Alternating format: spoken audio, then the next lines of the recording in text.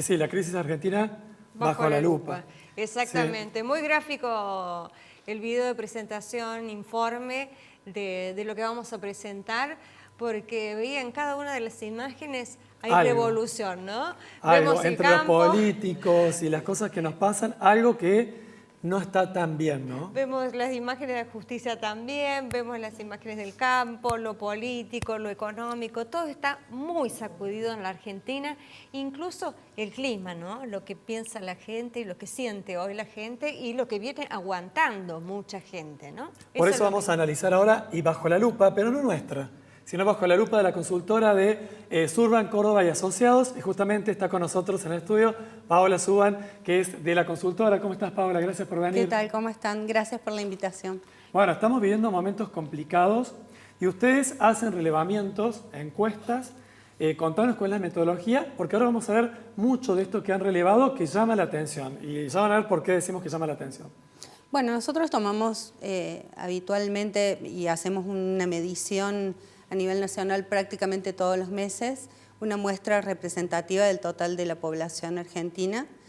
Así que tomamos datos de todas las provincias y en esta oportunidad es una encuesta que se ha hecho también a nivel nacional a través de una plataforma web.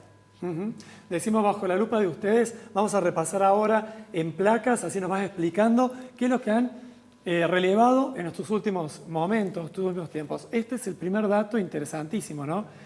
El 73,6% de los argentinos cree que el debate político se ha vuelto más agresivo. Sí, la verdad es que estamos en estos últimos tiempos cada vez más atravesados por la grieta política, ¿no? Pero lo significativo de este dato es que la ciudadanía ve que el debate político de la clase dirigente está cada vez más agresivo, cada vez más polarizado, cada vez más difícil de establecer esos necesarios acuerdos y esos necesarios consensos que hacen falta para poder ponerse de acuerdo, llegar a acuerdos programáticos, ¿no? En lo que tiene que ver con políticas públicas que en definitiva terminen de resolver algunos de los problemas que tiene la ciudadanía. Cruces que generan cada vez más incertidumbre. Veamos la siguiente, en vez de llevar tranquilidad nos preocupan. Bueno, decía Marisa recién en las imágenes que se veía la justicia y aparece acá un dato importante, ¿no? Un 77% desconfía del Poder Judicial. ¿Por qué? Es un número muy alto, pero la verdad es que no nos sorprende demasiado. La mayoría de las instituciones argentinas tienen una imagen negativa muy alta. En este caso, el de la justicia es realmente significativo, pero todos, salvo las universidades públicas, y en eso hay que hacer un apartado, la mayoría de las instituciones tienen una imagen negativa similar. Claro. La justicia entonces, bueno, bajo la lupa de ustedes, la gente desconfía y tenemos muchas causas judiciales en este mes que empieza, justo Marisa decía, exactamente, que atraviesan al presidente Alberto Fernández por la famosa fiesta VIP de Olivos, a ver si finalmente termina de zafar, entre comillas, de lo que se le imputaba. También las causas judiciales de la vicepresidenta Cristina Fernández de Kirchner, que van a tomar un envión este mes, y también el espionaje ilegal, o supuesto espionaje ilegal, por la causa Ara San Juan, que lo tiene como protagonista a Mauricio Macri. En definitiva, todos los políticos, principales referentes de la política argentina, bueno, van a pasar por la justicia como muchos otros más, aunque muchos creen y desconfían que los políticos tengan las mismas posibilidades de justicia que el resto de los ciudadanos comunes. Sí, creo que ese es el punto, sí, ¿no? No solo en el acceso, ¿no?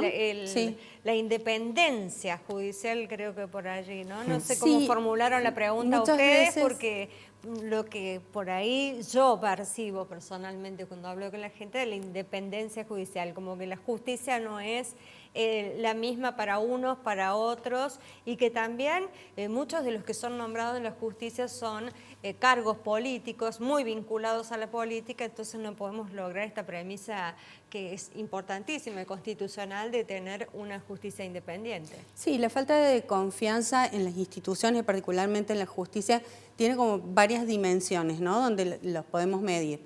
En el acceso a la justicia, es decir, si todos los ciudadanos y ciudadanas tienen la misma posibilidad de acceder a los servicios de justicia. Y otra dimensión es la confianza que la ciudadanía tiene en que cuando hay causas vinculadas con la dirigencia política, sean de un lado o del otro tengan la misma objetividad o la misma capacidad de resolverla que cuando se refieren a un ciudadano común o de a pie. También llama de atención los tiempos, ¿no? Hay causas que son rapidísimas, se resuelven, y hay causas que están 15, 20 como años caso de Amazon, y no Sí, llegamos. pero además fíjate que también lo que resiente mucho la ciudadanía son los privilegios que tiene la justicia, ¿no?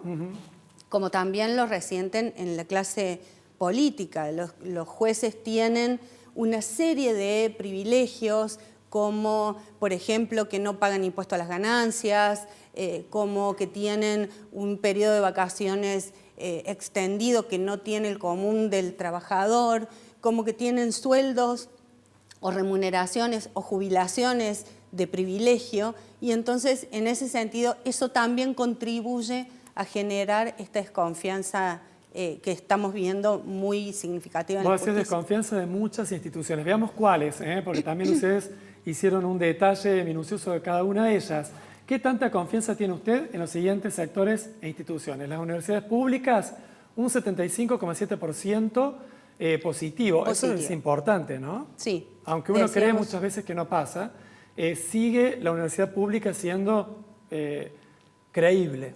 Sí, sigue teniendo índices altos de confianza, sobre todo porque las universidades públicas, aún con todos los problemas que atraviesan y con todos los conflictos que podemos ver diariamente, todavía mantienen prestigio académico, ¿no? Claro. en los rankings internacionales. Entonces eso genera mucha confianza en la ciudadanía. Redes sociales, y además mirá. tener en cuenta que, bueno, hay muchos países donde las universidades son carísimas y acá tenemos verdaderamente un muy buen nivel de formación y donde no pagan los chicos, ¿no? Exactamente. Y que lo destacábamos en los programas anteriores, en las visitas que hice, fui a la ciudad universitaria justamente por eso, ¿no? Para preservar esto y que el saber y la cultura también sea parte de nuestra sociedad. Bueno, las redes sociales, mirá qué imagen negativa alta, 60,5% es lo que más se está usando, sobre todo los jóvenes, para informarse, y está lleno de fake news o noticias falsas. Hay que tener mucho cuidado a quién se sigue en las redes sociales, y la Iglesia Católica también llama la atención, 61,5% de imagen negativa. Sí, la verdad es que llama la atención, pero de todas maneras yo creo que hay una desconfianza generalizada en todo lo institucional, ¿no? Y eso lleva como en corriente a la mayoría de las instituciones. La Iglesia Católica tiene sus problemas, tiene sus conflictos. De hecho, en estos días el Papa ha pedido perdón en Canadá por algunos problemas y algunos conflictos que ha tenido la Iglesia en ese país, como los ha tenido en muchos otros países, y eso ha generado también su problema con esta institución. Sí, los indígenas, los aborígenes y demás. Exacto. Bueno, la próxima entonces, consideración que han tenido para evaluar los partidos políticos. ¿Qué confianza tiene? Negativa imagen, 71,4%. Sí. La gente está cansada. La gente está harta. Sí, totalmente. De todos, ¿eh? Hay Están esperando que aparezca un Salvador. Sí, hay un fenómeno que estudia la ciencia política desde hace bastante tiempo, ¿no? Por lo menos desde principios del siglo, que tiene que ver con esta famosa desafección política o este divorcio que hay entre la ciudadanía y la clase dirigente, que en la Argentina ha terminado siendo pendular. Esta desafección con la dirigencia política la tenemos con todos los espacios políticos, ¿no? Y entonces vemos que los partidos políticos están encuadrados dentro de ese divorcio que hay con la ciudadanía. Bueno, en la empresa de medios de comunicación, nos toca a los periodistas también, 71,1% de imagen negativa, casi igual que los partidos políticos y casi igual que las iglesias evangélicas. Con respecto a los medios de comunicación, ¿es a la empresa, a los periodistas? ¿Hicieron algún tipo de segmentación? No, es a las empresas periodísticas. A las empresas. Es a las empresas periodísticas. No hemos hecho en esta encuesta medición con periodistas puntuales o con nombres puntuales. O sea que durante la pandemia, vos sabés muy bien, los programas de televisión más vistos fueron los de noticias. La gente quiere saber qué pasa, dónde voy a poder ir, dónde voy a poder salir, qué restricción voy a tener. Se guiaba muchísimo. Y durante este tiempo de crisis económica y política, también están siendo muchos los medios de comunicación De todas maneras, no significa que las buenas noticias las tengamos que dar nosotros, porque no son muchas las buenas, lamentablemente, ¿no? Sí, de todos modos me parece que al haberse hecho una grieta tan marcada a nivel político también repercutió la grieta en los medios de comunicación y creo que eso nos ayuda mucho en nuestro ámbito porque la gente necesita creer en los referentes de los medios de comunicación. De hecho, he visto muchos programas donde no hay periodistas, hay gente que opina sin ánimo de discriminar por otros temas, pero por ahí que no tienen autoridad como actores, actrices, que son de otras disciplinas haciendo programas periodísticos y creo que eso también tiene que ver mucho con la idea es hacer programas periodísticos para informar más que para opinar, porque hay programas de opinión y hay programas periodísticos. Claro. De todas maneras,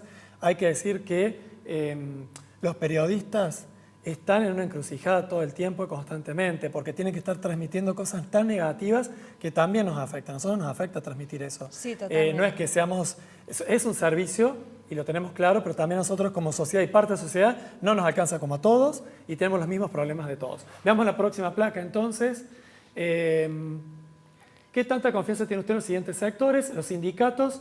Es alta la imagen negativa, 81,6%. Los sindicatos también están bastante complicados últimamente, ¿no? Sí, los sindicatos y las organizaciones sociales. Sí. Porque, bueno, entiendo que la ciudadanía cree que la mayoría de los intereses y de los derechos que los sindicatos dicen defender, bueno, no están representando cabalmente el interés de los trabajadores y, bueno, entonces eso repercute mucho en la imagen y en la confianza que la gente tiene en estas instituciones. Sí, totalmente. Hay mucha polémica en torno a los planes sociales, cómo se distribuyen, cómo los sindicatos también intervienen en eso. Bueno, cuando preguntamos vinculados con la preferencia sobre si la gente prefería políticas de shock o políticas gradualistas, encontramos que la mayoría, la gran mayoría, más del 60%, elegía políticas de shock.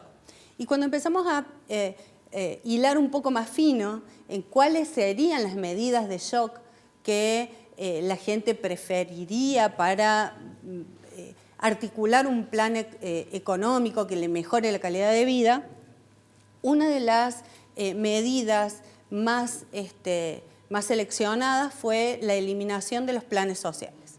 Es decir, hay toda una carga ideológica y toda una carga económica y toda una carga social en torno a la distribución o el otorgamiento de los planes sociales en la gente. Pagan justos por pecadores. Hay gente que realmente lo necesita, si no tendría cómo existir, sobrevivir, sobre todo con niños. Y hay otros que, como se ha difundido estas últimas horas, una chica de Buenos Aires que manifestó, gana 60.000 pesos entre todos los planes sociales y dice, bueno, no es mi culpa, la culpa será del gobierno, yo quiero tomarme este año sabático.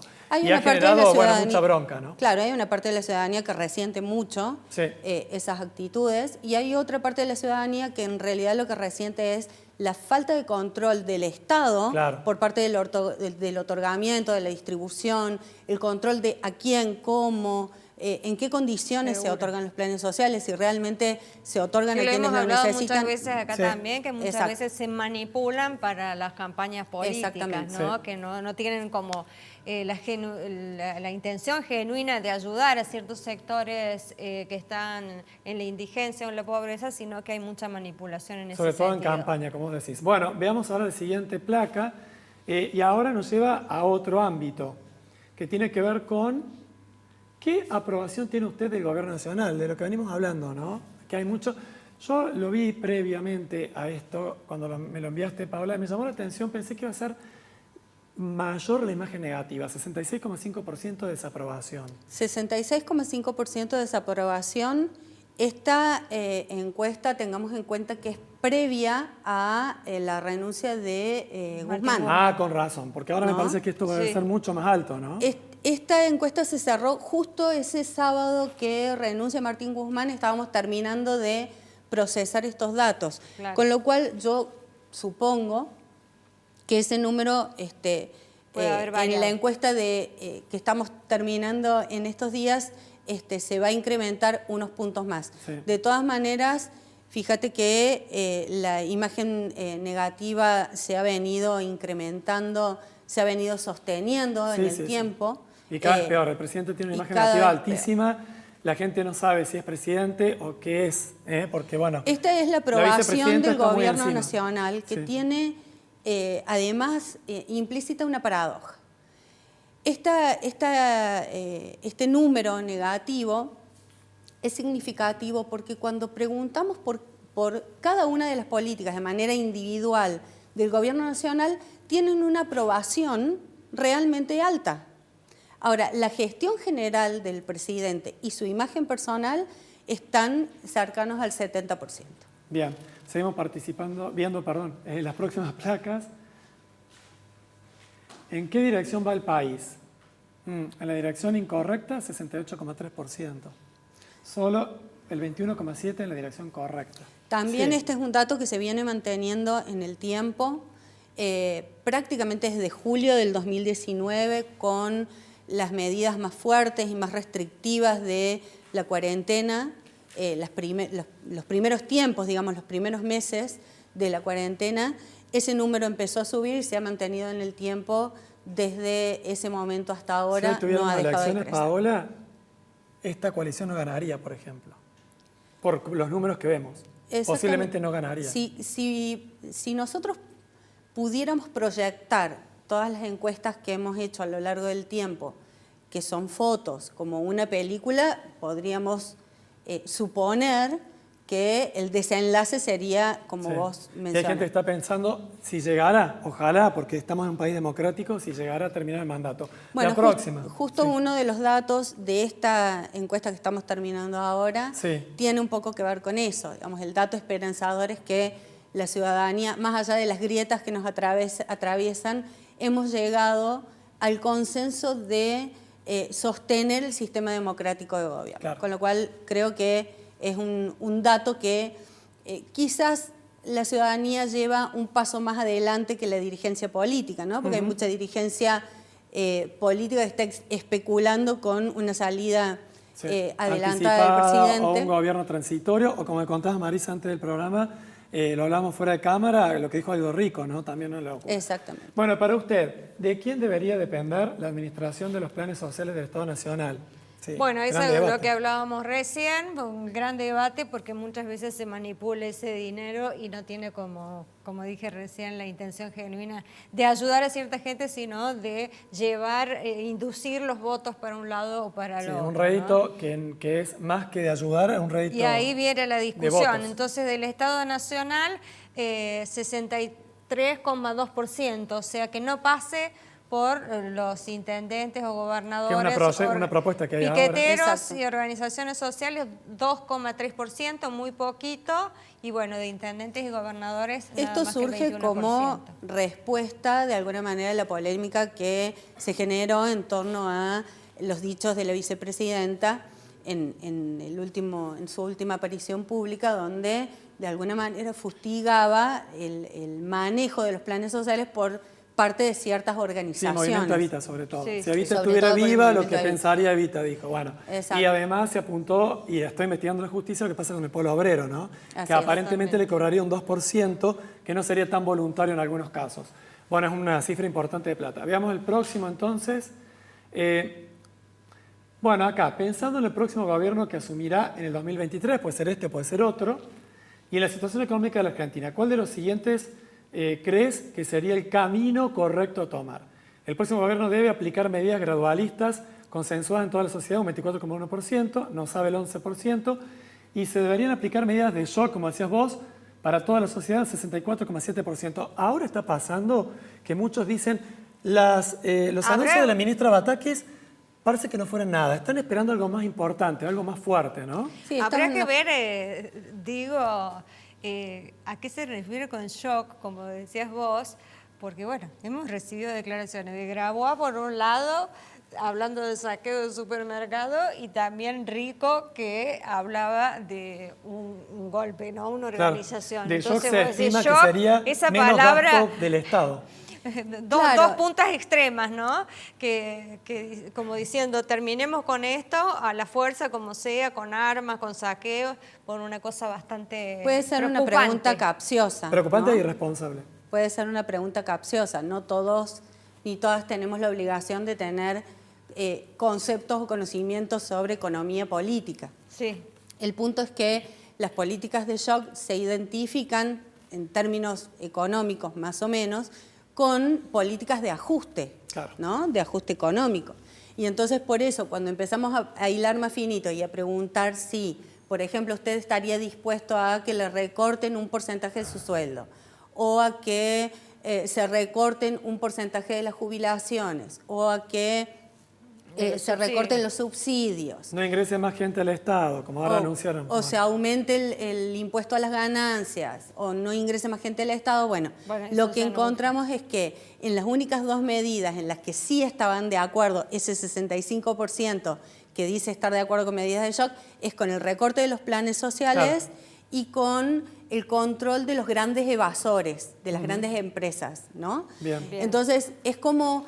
Hay una especie de contradicción que no es tanto, porque en realidad lo que digo, ¿no? Me parece que la gente identifica políticas de shock más con el hecho de la implementación de un plan económico que produzca un resultado ya. Un cambio, por eso está capitalizando todo Javier Milei. Está cansada la gente, ya Milei capitaliza porque es justamente eso, ¿no? Está diciendo a un sector de la sociedad duro, contrario al gobierno nacional, yo haría por lo menos 2 años de restricciones duras que nos dolerían, pero cambiarían las cosas. Vale. El punto es que las políticas de shock requieren, por un lado, de un liderazgo muy fuerte, ¿no? Claro. Que tenga la posibilidad de lograr los consensos necesarios con todas las fuerzas políticas del país, oposición, sindicatos, organizaciones sociales, etcétera, los acuerdos para poder implementar esas políticas de shock. Pues si no, es realmente imposible, además con la falta de,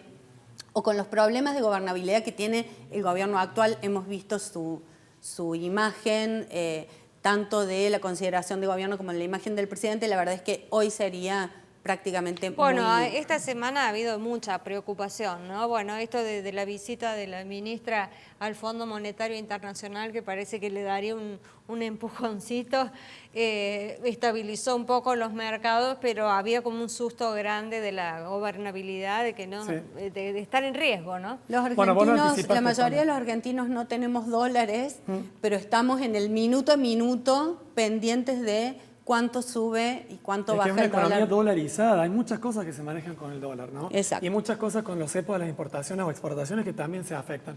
Acá lo habías dicho vos, pero acá en números, deberías pagar 100% más de impuestos a ganancias, es una política de shock muy disconforme, el 82,9%, ahí ya no gusta, recorte un 20% del 30% del salario, 63,5% muy disconforme. Vemos la próxima, vos lo habías adelantado, pero esto está en números.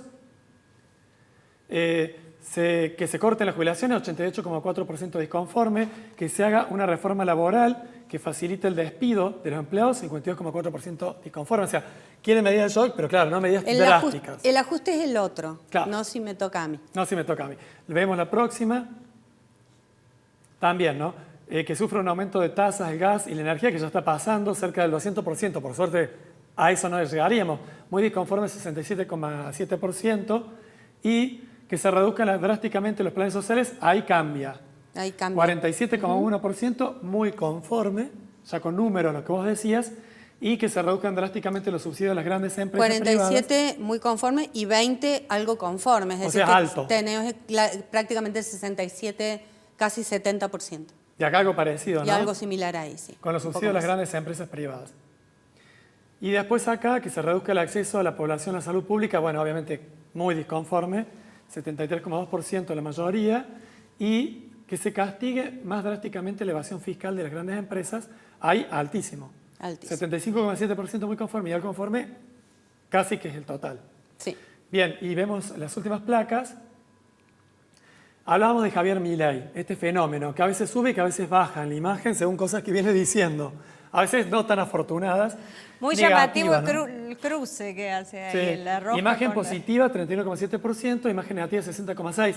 Tiene menos imagen negativa que otros políticos. Por ejemplo, Macri, ¿no? Sí, sí. Me genera temor que vuelva Mauricio Macri al poder. Bueno, hay gente que tiene ese miedo porque no quedó con una buena experiencia después de Macri, por algo no ganó. El 41% cree eso, le genera temor que vuelva Macri al poder. Bueno, la verdad es que la mayoría de la dirigencia, Milei venía siendo una excepción y por eso llamaba tanto la atención, ¿no? Pero la mayoría de la dirigencia política tiene más imagen negativa que positiva y en los últimos meses le llamamos negativa agravada porque supera 20 puntos la negativa por sobre la positiva. Mauricio Macri no es una excepción y de hecho cuando se presentó a la elección en el 2019 tenía más imagen negativa que positiva. La vicepresidenta también cuando se presentó a la elección tenía más imagen negativa que positiva. Con esto quiero decir que no necesariamente para presentarse a una elección hay que tener más imagen positiva que negativa porque no siempre se presta atención a la opinión de la ciudadanía, sino que tienen que haber otros factores contextuales para que se defina un candidato o no. Pero por último vemos algo que vos habías anticipado que parece interesante, ¿no? ¿Cómo repartiría dicho monto, si vos fueras presidente, del presupuesto nacional de 100 pesos? En las siguientes áreas, veamos, obra pública el 14,8%. Muestran mucho las obras, todos los gobernantes, y parece como que la obra pública no impacta tanto, por lo que se ve ahí, ¿no? En un momento de crisis económica en la que el bolsillo de la gente está muy resentido, la verdad es que la obra pública no es el tema prioritario. Claro. Nosotros estamos viendo, sobre todo cuando preguntamos no solo sobre cómo distribuir el presupuesto nacional, sino las principales preocupaciones tienen que ver concretamente con problemas. Sí, también había una cuestión de modé de los partidos políticos, de mostrar muchas obras en otros momentos para generar de esa manera votos, pero ha cambiado tanto la realidad que hoy por hoy la gente tiene muchas más necesidades humanas, en salud, en alimentación, es todo un contexto. Pero los políticos dicen que las obras públicas generan trabajo, generan empleo, mientras que otros dicen que también sirve para blanquear ciertas cosas. Ciencia y tecnología, un 13,5%, no sería prioridad si tuviera ese dinero, según la encuesta. Y educación, bueno, acá subió un 25,2%. Y recién veía jubilación, 20% aproximadamente. Esos dos ítems no están tan vistos por los políticos. No los tienen tanto en cuenta. Se nos acaba el tiempo. No los tienen tan en cuenta y parece que seguimos profundizando, ¿no? Esas divisiones entre lo que la ciudadanía quiere y lo que la política puede ofrecer. Lo que nos dejás es una gran conclusión de que hay una crisis de credibilidad fuerte y grande, tanto los partidos políticos como en las instituciones, y que lo venimos mencionando con Diego en programas anteriores. Ahora, para adelante, vamos a ver en qué podemos creer. Y bueno, queda un largo camino. Parece que es poco, pero en Argentina es el minuto a minuto. El minuto a minuto, sobre todo en estos últimos tiempos, que estamos como a la expectativa de esperando que, y el anuncio no está llegando, por lo menos por el momento. Mucha incertidumbre, se ve todo como neblina el futuro. Muchísimas gracias por este trabajo, felicitaciones a todo tu equipo porque nos deja un panorama muy claro, ¿no, Diego? Exactamente, la crisis argentina decíamos bajo la lupa. Gracias, Paola. Muchas gracias.